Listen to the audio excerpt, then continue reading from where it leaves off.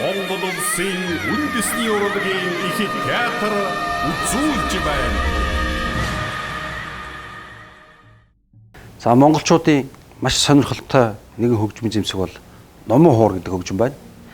За номын хуурын үүсэл бол одоо ном сум хязаа үүснээс үүдэлтэй гэж үздэг. За номын хуурыг одоо эрт дээр үедээ бол эртний бааtruуд одоо дохио зангааны хэлбэрээр бас ашиглаж байсан байдаг. 2 3 дуурах юм бол одоо энэ ойрхон цэргүүд бол одоо 50 байна гэдэг ч юм уу. Дохиогддог байсан гэсэн мэдээ байдаг.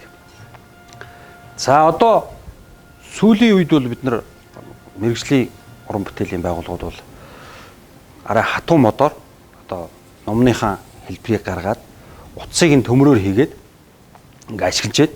Одоо энийг бол яг хөгжмийн зэмсэг талаас нь ашиглаж байна.